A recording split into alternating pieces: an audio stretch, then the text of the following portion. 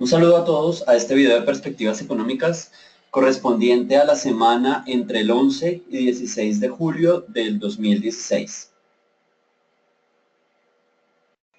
Soy Otman Gordillo y les agradezco que nos acompañen durante esta semana en este video en el cual analizaremos los temas más relevantes de la actualidad financiera y económica tanto del mundo como en Colombia.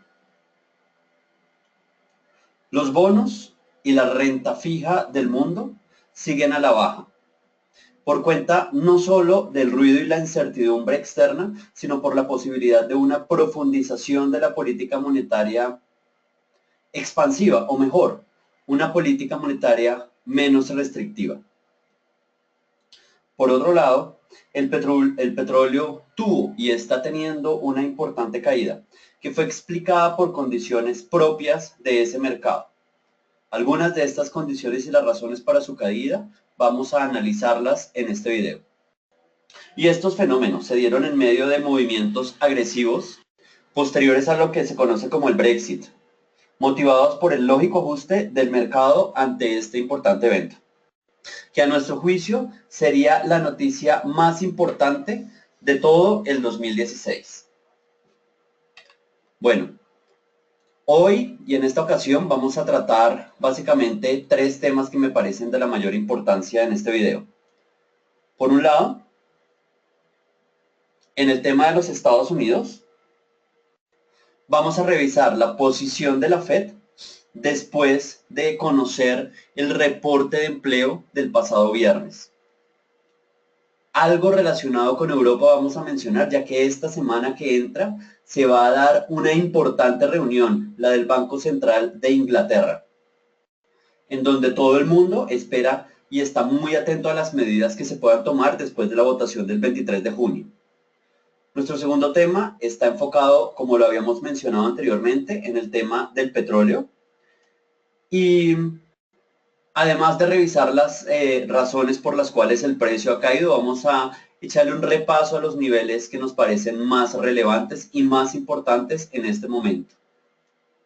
Finalmente, vamos a analizar el tema Colombia, el tema local, y ahí vamos a revisar dos puntos principales que me parecen de la mayor relevancia. Por un lado, vamos a revisar el tema de la inflación, que se conoció en la semana pasada, y por otro lado vamos a echarle una revisión también a las minutas del Banco de la República que se conocieron el viernes pasado. Bueno, sin mayores preámbulos, comencemos con nuestro primer tema, que es el tema Estados Unidos. Básicamente, dos cosas vamos a revisar. Primero, las minutas que se conocieron sobre la reunión de la Reserva Federal que se dio días antes de la votación del Reino Unido, lo que se conoce como el Brexit, y posteriormente vamos a revisar el dato de empleo y las implicaciones de este mismo en la política monetaria de corto plazo.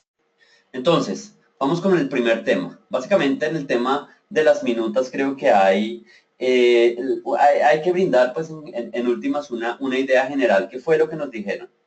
Y según las minutas, según los gobernadores de la Reserva Federal, ellos ven muchos riesgos en el frente no solo externo, y esto hay que aclararlo, sino también en el interno.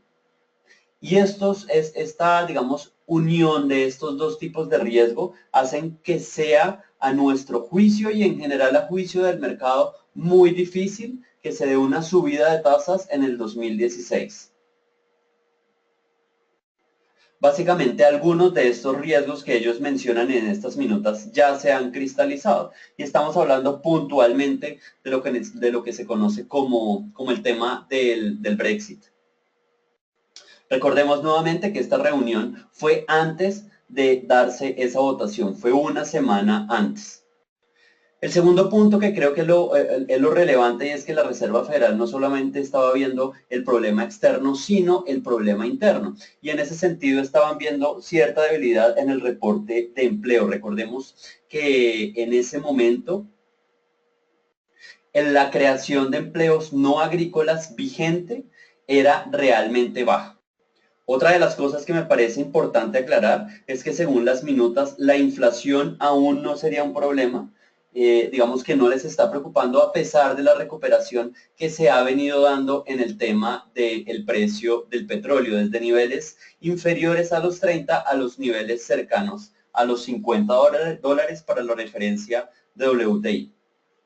En últimas, lo que implican estas minutas a nuestro juicio, creo que es muy claro. No se van a dar subidas de tasas de interés por parte de la Reserva Federal en el corto plazo y yo diría que tampoco en el mediano plazo. Es más, las últimas declaraciones de algunos gobernadores de la Fed después de darse la votación del Brexit, pues le dan, digamos, muchísimo más sustento a la posibilidad que las tasas no se ajusten al alza. Y obviamente esto sería una buena noticia en general para los mercados emergentes de los cuales hace parte Colombia. Pero bueno, ustedes dirán, el reporte de empleo del viernes fue muy bueno. Y eso de una u otra forma puede neutralizar lo que las minutas decían, precisamente relacionado con el tema de empleo, la debilidad que en ese momento se estaba dando. Y veamos entonces nuestra posición al respecto. Vamos primero con los datos que se conocieron.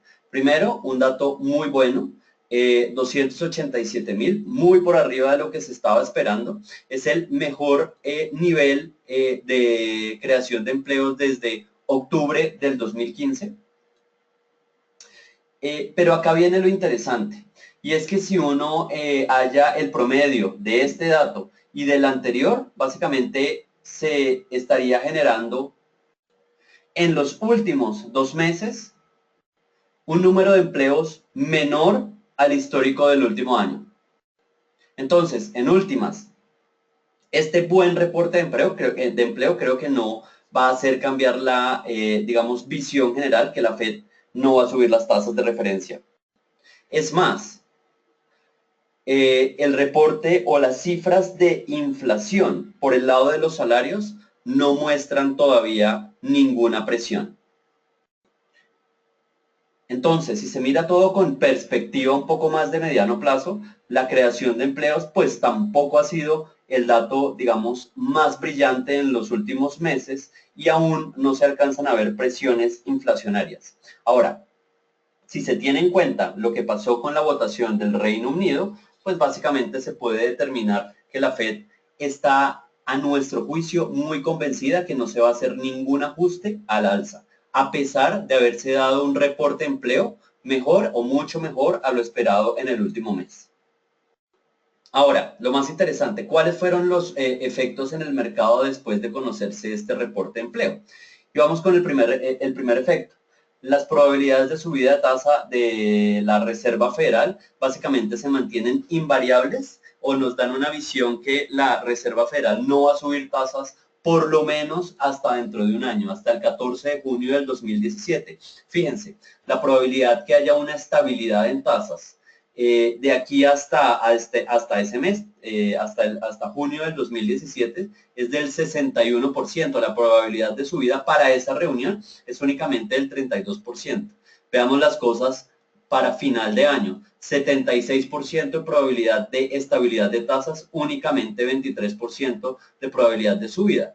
Y para la reunión próxima del 27 de julio, 100% de probabilidad habría en favor de una estabilidad en términos de tasas de referencia. Ahora, por otro lado, los bonos tesoros, ¿qué fue lo que les pasó? Y esta parte es bien interesante. Fíjense ustedes, cuando salió el reporte de empleo, hubo una subida básicamente en toda la curva, pero acá lo interesante es que después, unos minutos después, esa subida fue básicamente corregida. Eso lo que implica es que la percepción de subida de tasas de referencia pues sigue siendo, digamos, de estabilidad, que no se va a dar ningún ajuste al alza. Tercer mercado, renta variable. Fíjense ustedes, la renta variable, digamos que se vio beneficiada, y esto leyéndolo a través del Standard & Poor's, por la idea que la economía, pues, digamos que se comportó mejor de lo que se estaba esperando. Entonces, en últimas, tenemos un mercado americano que está en una muy buena situación, en la cual se espera que no se suban las tasas de referencia, pero que los datos macroeconómicos pues no sean tan malos. Y eso implica fortaleza en la renta variable y estabilidad en la renta fija.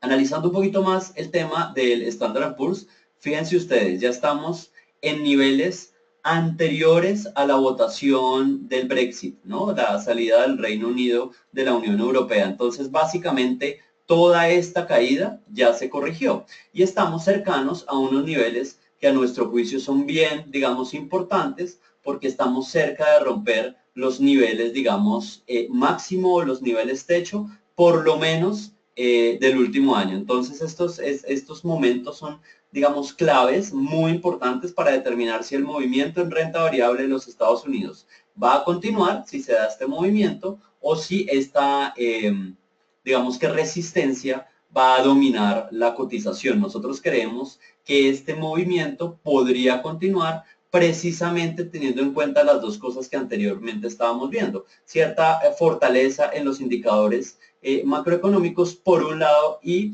todo esto enmarcado, y este es nuestro segundo punto, en la posibilidad que la Reserva Federal no tienda a aumentar las tasas ni en el medio ni en el corto plazo. Bueno. Ahora,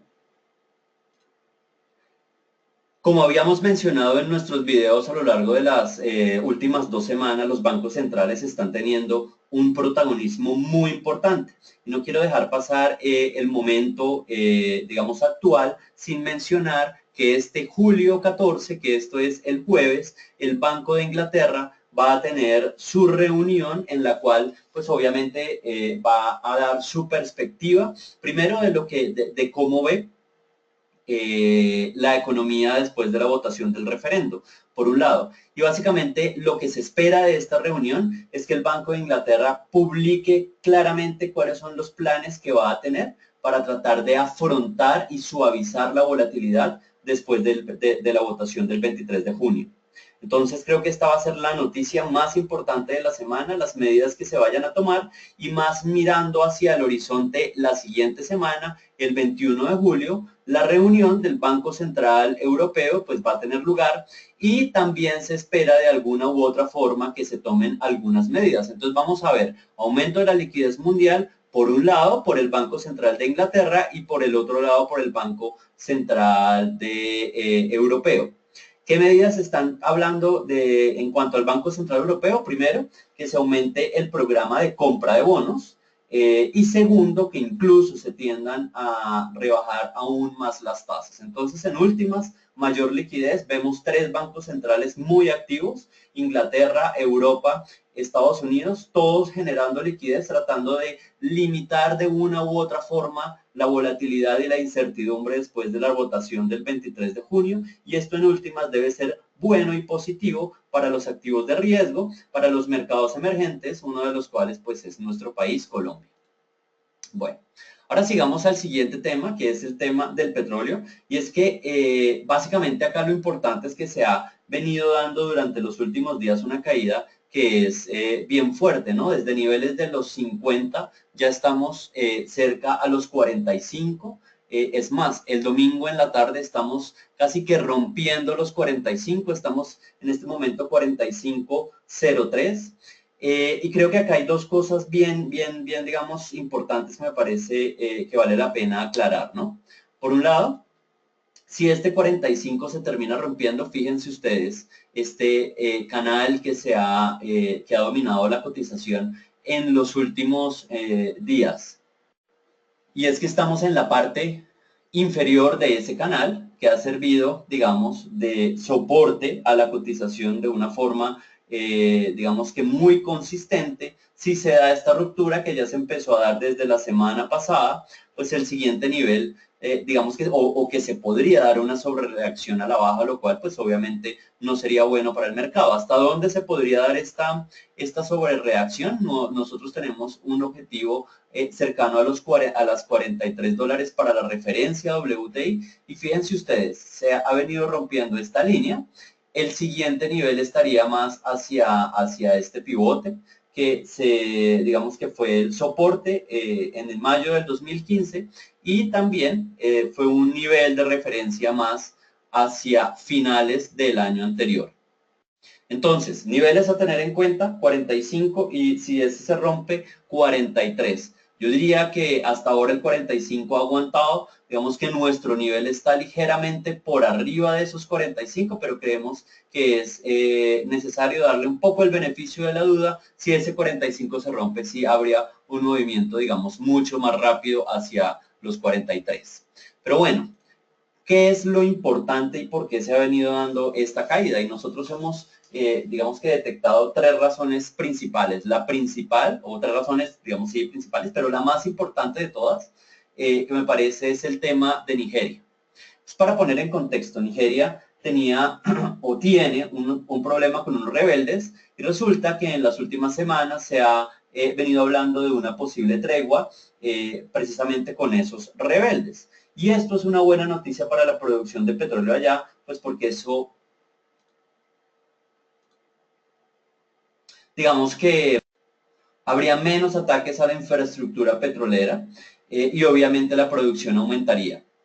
Fíjense ustedes lo que ha pasado en la producción de Nigeria en los últimos meses y claramente se ve una caída muy fuerte y si se da precisamente esta tregua, pues volveríamos a los niveles, digamos, más históricos. ¿De cuánto estamos hablando? ¿Cuál sería los volúmenes de los cuales estamos hablando? Entonces, para eso revisemos el reporte de la OPEP de el 2016 actualizado al mes de junio. Fíjense ustedes, en el mes de enero Nigeria estaba produciendo cerca de 2 millones de barriles y en el mes de junio estaba produciendo 1,5 millones de millones de barriles diarios. ¿Qué implica la tregua en ese país? Básicamente que volvamos a niveles, digamos, más históricos. Estamos hablando de 500.000 millones de barriles, de medio millón de barriles diarios extras de oferta mundial, para la oferta mundial en el corto plazo. Y obviamente, esto sería una, digamos, mala noticia en términos de precio, precisamente porque estaría aumentando la oferta. Fíjense ustedes lo siguiente, en total, para el 2016, la OPEP ha reducido su producción cerca de 250.000 barriles por día. Si se da la normalización en Nigeria, esta ecuación cambiaría a un positivo de exactamente 250.000 barriles por día. Entonces, por eso es tan importante el tema Nigeria, porque pasaríamos de darse una reducción a un aumento en términos anualizados, por lo menos para el grupo de la OPEP o el cartel de la OPEP. Bueno, esa sería la primera razón.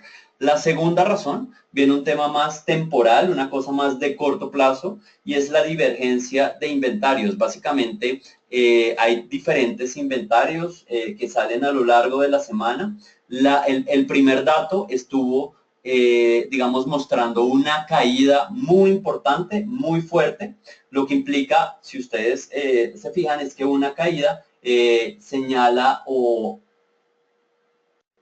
digamos que se refiere a un aumento de la demanda de una forma importante.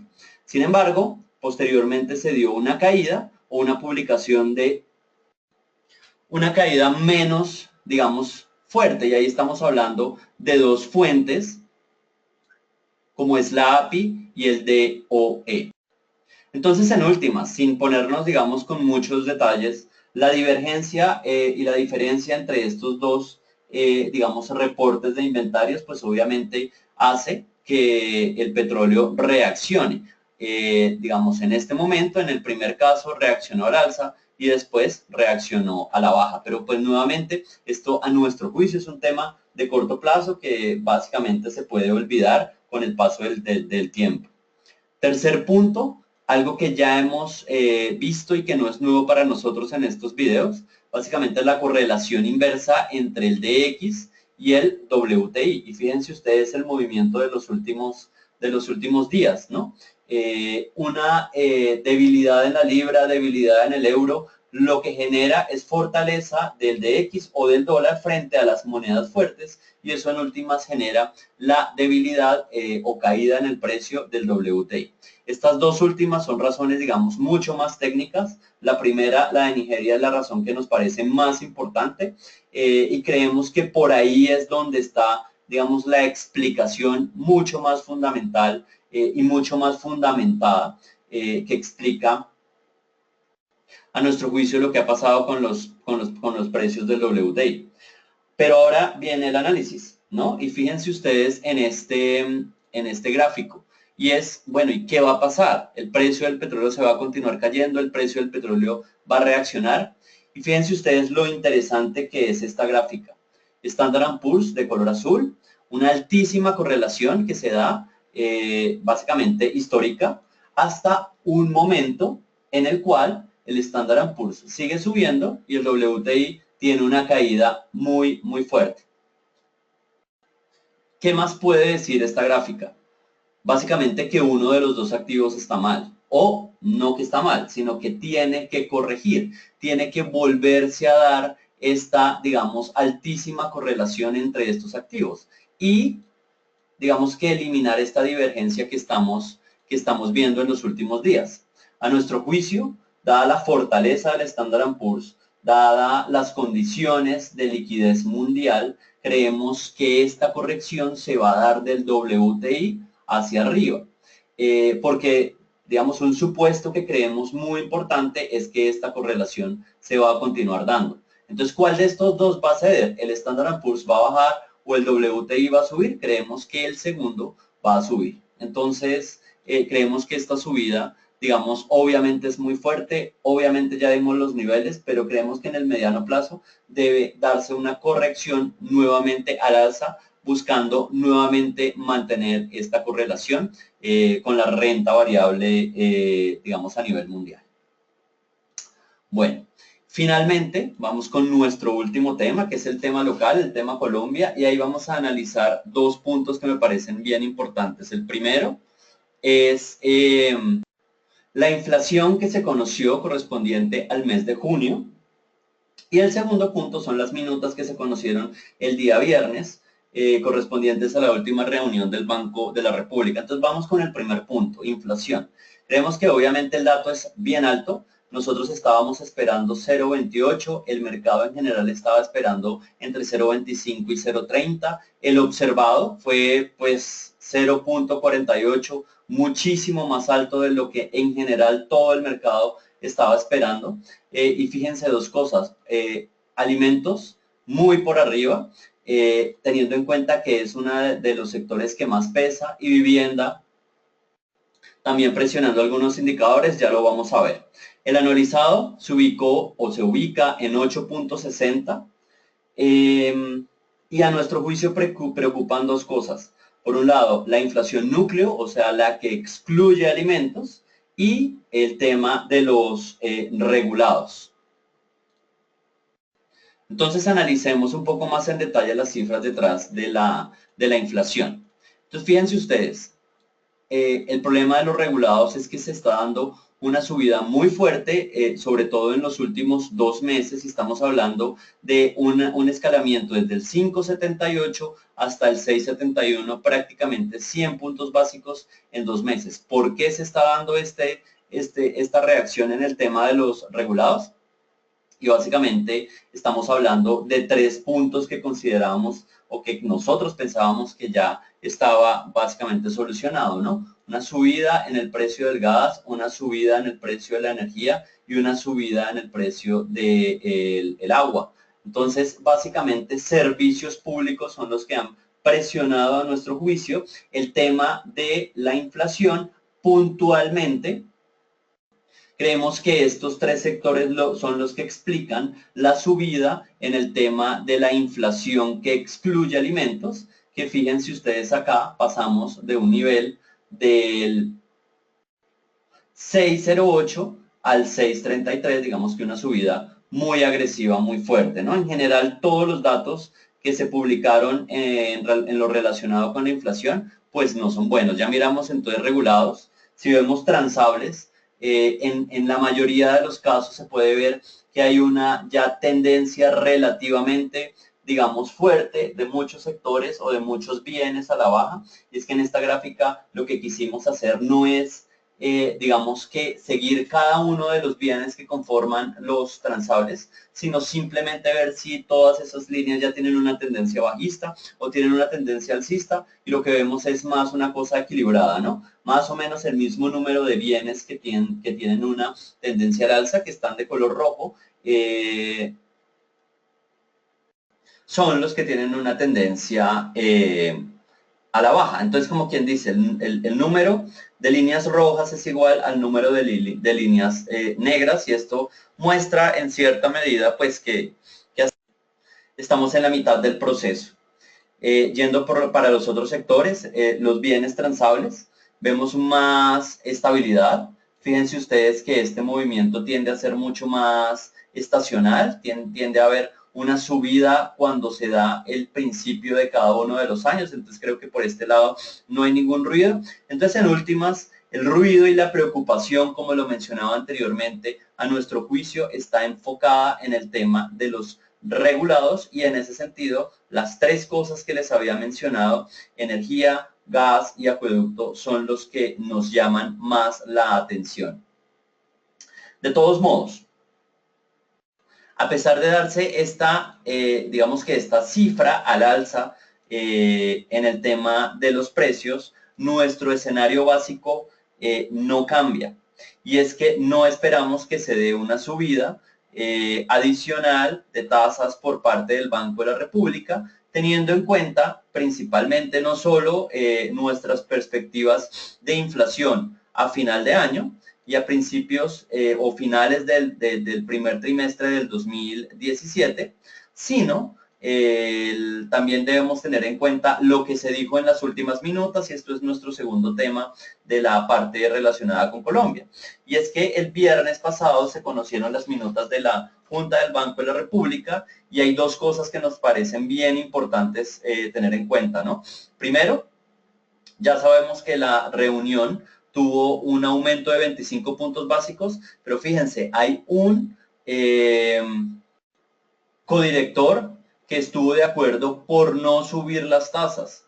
Además, que no hubo ningún codirector que estuvo soportando la idea de subirlas más de 25 puntos básicos. Y esto, a mi juicio, es un cambio de visión muy importante, porque es la primera vez que se da esta situación, esta, digamos que, decisión por mayoría, teniendo en cuenta un escenario entre 0 y 25 puntos básicos, y no entre 25 y 50 puntos básicos como era anteriormente.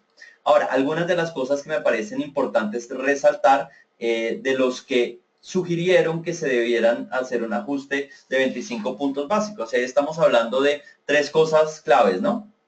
Ellos dicen que la política monetaria restrictiva ha tenido el efecto deseado, o sea, como quien dice, ha sido eficiente en tratar de controlar las expectativas inflacionarias y en generar una caída, digamos que lenta, del producto para controlar precisamente la inflación. Hablan muy bien de lo que fue el comportamiento del déficit en cuenta corriente. Recordemos que básicamente cayó en 2.000 millones de dólares, lo cual es una caída muy importante, algo que no estaba, creo que, en las cuentas de nadie.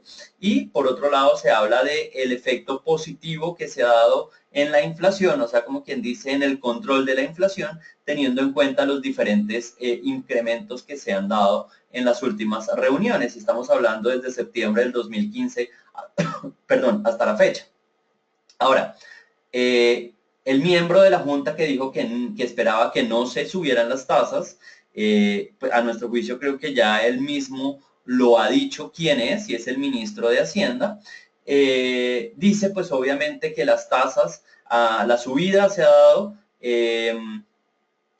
acorde a lo que ha pasado en la economía, y que ha sido totalmente eficiente ese ajuste para tratar de controlar no solo las expectativas, sino la inflación, digamos, real. O real no, sino observada, perdón. Entonces creo que esta visión que nos da las minutas, aunque algunos analistas pueden decir no, que todavía el Banco de la República está preocupado por la inflación y toda esta cantidad de cosas, creemos que el cambio en el peso de la votación nos da la señal para pensar que ya se está dando o ya se dio un cambio en la visión de la Junta del Banco de la República sobre lo que puede pasar en el tema inflacionario. Y por esa razón es que vemos que no se deberían dar subidas adicionales en el 2016. Entonces, para recapitular, 3 puntos principales. Nadie votó por 50, lo cual es un cambio importante en el discurso. La demanda muestra señales de desaceleración fuerte. Recordemos que Standard & Poor's ya pone el crecimiento esperado de Colombia en el 2.3 para el 2016, y eso es un ajuste bien bajista. Y el tercer punto es que las cifras de inflación, según las minutas, muestran ya cierta estabilidad y cierta convergencia. De esta forma, lo que estamos viendo es que el Banco de la República debería y va a mantener sus tasas de referencia en los niveles actuales del 7,5%. A tener en cuenta en esta semana que inicia, el día viernes se van a conocer 2 datos claves: ventas al por menor, producción industrial, digamos que son un termómetro de la economía y mostrarían y nos darían una visión, digamos, mucho más adecuada de lo que puede estar viendo la Junta del Banco y digamos, a partir de todo este mundo de resultados y de datos, tomaría su decisión el día 29 de julio. Bueno, como siempre, les dejo algunas ideas para que tengan a lo largo de la semana. Primero el petróleo, y quiero resaltar la gráfica que hicimos de WTI con Standard & Poor's. Por favor, a nuestro juicio, la correlación que se ha dado entre estos dos activos es muy alta. En este momento está rota y uno de los dos activos debe reaccionar. Lo que creemos es que el que debe reaccionar es el WTI hacia arriba. Segundo punto, las minutas del Banco de la República. Creemos que dan una visión de un cambio, digamos, de discurso, por lo menos en el tema de la votación. Creo que ya hay un cambio clarísimo en lo que está pensando la Junta del Banco en términos de tasas de referencia. Y tercero, la Reserva Federal y en general los bancos centrales que siguen con un lenguaje expansionista. A tener en cuenta, el Banco de Inglaterra va a tener su reunión el día jueves y es muy probable, yo creo que casi seguro, que se dé nuevamente algunas medidas para tratar de reducir la volatilidad y digamos que la debilidad que ya se espera tenga la economía en general europea. Bueno, muchísimas gracias por acompañarnos en este video. Si tienen alguna duda, por favor, si tienen algún comentario, por favor háganoslo saber o escríbanos a los correos que se encuentran en pantalla. Les deseo una muy feliz semana. Muchísimas gracias. Hasta luego.